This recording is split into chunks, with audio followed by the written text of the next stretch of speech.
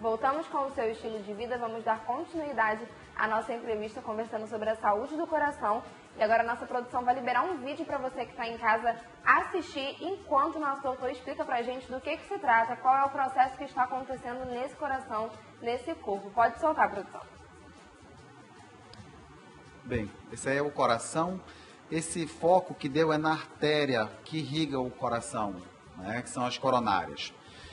A coronária ela tem 3 partes, né? A parte mais interna, que fica essa em contato com o sangue, a externa, que apareceu agora, e a túnica média, que é a parte muscular. É essa parte muscular que faz a artéria contrair e relaxar. Então, no sangue, nós vemos as células vermelhas. Essas células vermelhas são responsáveis pelo transporte de oxigênio, e essas amarelinhas aí são representadas pelo colesterol, gordura. Então, como é que começa o processo de formação da placa de gordura que vai entupir? Essas moléculas, elas começam a entrar na parede da artéria. E aí, vai entrando uma a uma e começa a formar uma coleção de colesterol. E aí forma essa placa de gordura. Isso são necessárias algumas décadas para que isso aconteça. E com o passar dos anos, essa placa de gordura vai aumentando, e aí no vídeo vai mostrar justamente esse estreitamento. Então, quando estreita, dificulta, diminui o fluxo de sangue. Até aí, a coronária consegue dar conta e consegue levar oxigênio. O problema é que quando uma pessoa, por exemplo, tem um pico de pressão, ela acaba favorecendo a quebra dessa parede e expõe a placa de gordura. Quando é exposta a placa de gordura, é como se fosse uma ferida. E toda ferida vai haver necessidade de formar um processo de coagulação. Só que essa coagulação acontece dentro da artéria. O que vai acontecer? Vai impedir o fluxo de sangue. A partir daí, desse ponto para diante, não vai passar sangue, não vai receber oxigênio e o músculo cardíaco vai morrer, o que é o infarto. Então, quando a gente fala em colesterol, parece uma coisa meio abstrata, mas é exatamente isso que acontece. Claro que isso foi uma animação que aconteceu aqui em 1 minuto, 2 minutos, mas isso são necessárias várias décadas para acontecer. Mas a prevenção começa hoje, para justamente quando a gente chegar lá depois dos nossos 40, 50 anos, não ficar tão preocupado com isso. Bom, eu vou pedir para a nossa produção preparar também a nossa imagem aí do telespectador Moisés. Ele mandou uma mensagem super interessante para a gente em relação ao coração, justamente. Ele diz nessa mensagem que não dá para viver sem o coração, mas daqui a pouco a gente dá uma lida nessa mensagem. Enquanto isso, nós temos uma participação do Israel Mendonça, do bairro União, e ele quer saber: quem usa o marca-passo, de quanto em quanto tempo deve ser feita a manutenção? Bem, normalmente o arritmologista já coloca, depende do marca-passo que a pessoa está usando. Via de regra, não pode deixar passar de 1 ano. O que é o marca-passo para as pessoas que não sabem o que é isso? O nosso coração ele é uma bomba hidráulica, como eu estava explicando, e toda bomba hidráulica precisa de energia elétrica para funcionar. E nós temos o nosso marca-passo natural, que nós nascemos com ele. Por diversos motivos, esse marca-passo pode não funcionar direito, e aí nós temos que colocar um marca-passo artificial, que é como se fosse uma bateria que gera impulsos elétricos. Esses impulsos elétricos fazem com que o coração contraia. E claro, como dispositivo, ele tem uma bateria. Então, tem que ser feita uma avaliação, né, da potência dessa bateria, saber se os cabos de comunicação do marca-passo com o coração também estão íntegros. Então vamos lá, via de regra, 1 vez por ano, mas vai depender da indicação do seu arritmologista. O arritmologista é um cardiologista que se especializou principalmente em arritmia. Bom, nós temos mais participações dos nossos telespectadores também, inclusive o Moisés Silva também queria saber sobre o marca-passo, e aí está respondido então a sua pergunta junto com a pergunta já do Israel.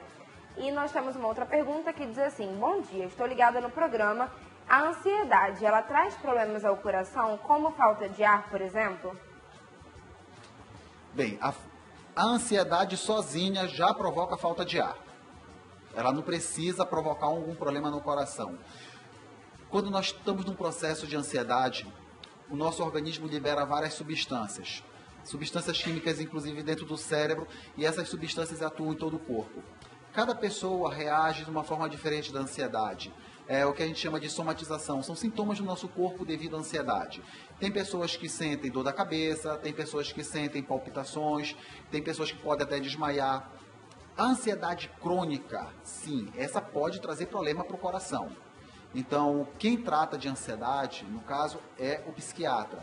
Tem que fazer um tratamento, tem que fazer acompanhamento, o uso de medicamentos às vezes é necessário. E vem outra pergunta, por quanto tempo? Vai depender.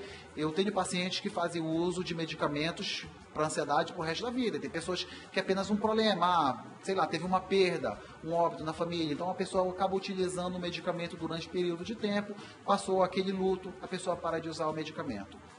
Outra doença que a gente sempre está ouvindo sobre o coração também, que a gente sempre tem muita dúvida e as pessoas querem muito saber, é a hipertensão. O que significa a hipertensão? Tem gente que quer saber se realmente tem uma relação com sal. Algumas pessoas escutam que, eu estou hipertenso, então você não vai poder comer sal nunca mais na sua vida. E acho que a gente não precisa desse radical todo, né? Não precisa ser tão radical assim, ou talvez precise, não sei, vai que o doutor me surpreende hoje, né? Então, o que tem a ver com o sal? Qual é a relação que se tem? E o que essa doença é exatamente? Eu acho que o radicalismo sempre vai estar errado. Nada na vida que seja radical vai estar certo. Eu acho que tem que ter o bom senso. Então, deixar de comer sal, não. A não ser que o médico... Existem indicações para deixar de comer sal. Um momento, por exemplo, o paciente está internado, que precisa daquele momento, o médico vai passar uma dieta mesmo sem sal naquele momento. Mas, via de regra, não. O sal ele é importante. Inclusive, lembrar que no sal existe o iodo e sem iodo vamos ter problema da tireoide. Bem, mas falar sobre hipertensão, o que é hipertensão? Quando a gente fala hipertensão, todo mundo só lembra do aparelho que a gente verifica a pressão. Mas a pressão é a força que o líquido exerce sobre a parede de um vaso. Então, quando o sangue passa por dentro de uma artéria, esse líquido, ele exerce uma força sobre a parede. Essa força é justamente o que a gente chama de pressão. Na hora que vem aquele pulso de sangue e a artéria dilata, é a pressão sistólica, é aquela pressão maior. Pegando 12 por 8 é como se fosse o 12. Na hora que aquela onda de sangue passa, a artéria ela relaxa e ainda assim mantém uma pressão, que seria o 8, que é a pressão diastólica. Então, a hipertensão ela está relacionada a diversos problemas cardiocirculatórios, é responsável pela maioria dos casos de AVC, doença cardíaca, aumento do volume do coração, né, e no caso levando a uma insuficiência cardíaca. Então, a hipertensão, eu acho que hoje não tem como nem os cardiologistas dar conta de tratar todos os pacientes hipertensos. É tanta gente hipertenso que aí tem que participar do tratamento o cardiologista, o clínico, qualquer outra especialidade médica. Se todos os pacientes hipertensos fossem com cardiologista, os cardiologistas não conseguiriam dar conta de tanta gente hipertensa. Mas ele é fundamental, ele é uma pedra fundamental no tratamento de qualquer doença cardíaca. No geral, essas doenças do coração, né? As doenças que acometem o coração, causam dependência de remédios, por exemplo? As pessoas que têm problemas no coração mais específicos precisam tomar remédio para o resto da vida? Adorei a sua pergunta. Eu acho que você já ouviu alguma vez falar que uma vez o paciente hipertenso ele vai ter que tomar remédio para o resto da vida, né? Isso não é uma verdade. Como assim não? Ora, vamos imaginar um paciente jovem, hipertenso, com uma hipertensão leve, que seja obeso, sedentário, com uma alimentação totalmente errada, fazendo uso excessivo de sal, vida estressante, fumando. Ora, se eu pegar esse paciente e mudar esses fatores de risco dele, ele perder peso, começar a fazer atividade física, cessar o tabagismo, reduzir o sal, ele deixa de ser hipertenso. Eu já peguei diversos pacientes meus em consultório que deixaram de ser hipertensos. Semana passada, por sinal, eu tirei um antihipertensivo de uma paciente minha. Ela, em 6 meses, perdeu 15 quilos, né? Começou a fazer atividade física, começou a correr, eu tirei o medicamento antihipertensivo. E não é só isso. Existem doenças que provocam hipertensão. Vou pegar um exemplo bem prático aqui, doença da tireoide. Existem pacientes que têm uma doença da tireoide que faz com que aumente a pressão. E que quando é corrigido esse problema da tireoide, ele deixa de ser hipertenso. Vamos lá, é verdade que via de regra o paciente ele vai ficar tomando remédio para o resto da vida, mas não é sempre. Na medicina não existe sempre nem nunca.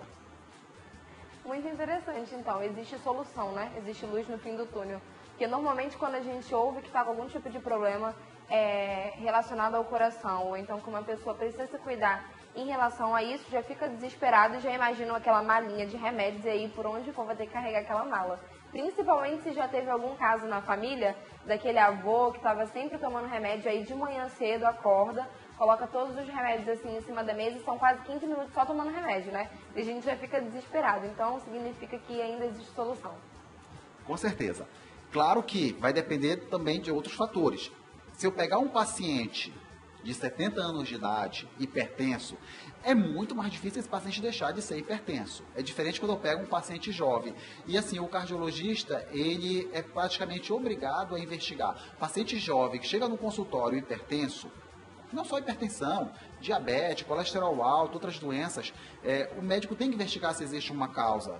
E mostrar para ele, olha, existe uma luz no final do túnel, existe uma chance, até que ponto você está disposto a sacrificar alguma coisa da sua vida para ter esse benefício de não ter que ficar tomando remédio. Então, cabe isso mesmo ao seu cardiologista, identificar, converse com ele, às vezes tem sim solução, você não vai precisar ficar tomando remédio para o resto da vida. Mas a partir do momento que ele passou o remédio, não deixe esse negócio que o cardiologista passa o remédio para tomar todo dia e toma dia sim, dia não, o que vai acontecer? Num dia a pressão está normal, no outro dia a pressão está alta. É como se nesse dia que não está tomando o remédio, a pessoa ficasse brincando de roleta russa, esperando ver, será que hoje eu vou morrer? Hoje eu não morri, legal. Não, então siga a orientação do seu médico, ele sabe o que ele está fazendo.